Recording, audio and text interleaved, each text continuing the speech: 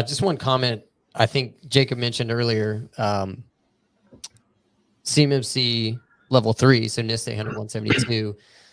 The organizations that are likely to be assessed are those who have already gone through a DIBCAC assessment, right? So that's the theory, right?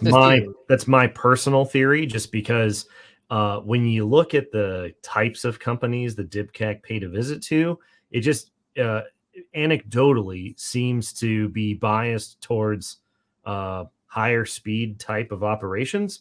It didn't feel very random in terms of the cross section of companies in the 80,000 companies that they could possibly assess at level 2.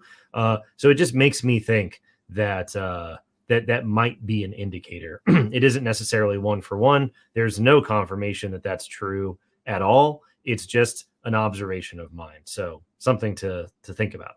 Yeah. And the reason I bring that up is we actually just released a video clip on the CS2 LinkedIn that has John Ellis speaking from CS2 Tampa about those organizations. It's a short clip, but of course the marketing guy is going to talk about content. I had to plug it in there somewhere. Yeah, well, and it might, if we have a minute or two, it's something to dwell on, because it is, sort of leading into my talk at DC, right? The talk at DC, essentially, the DoD's hands are tied in terms of revealing the specific details of what will be in the rule, both legally and, probably conceptually.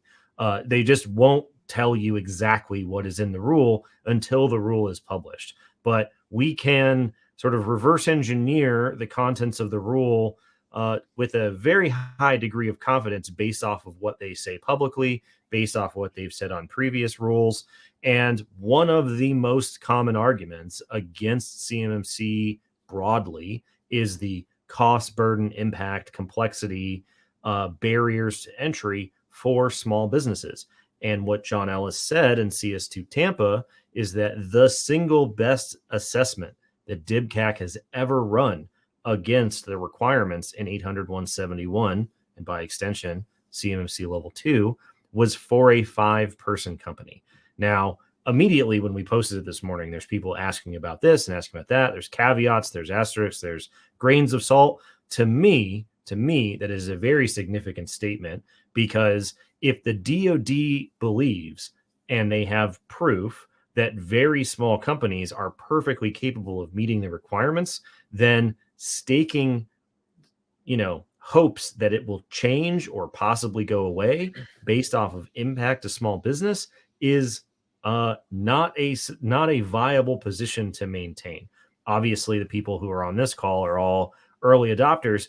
And so it's important to recognize that there's going to be a lot of opportunity that shows up once the rules come out, because there'll be a lot of lag in the system for everyone else to catch up.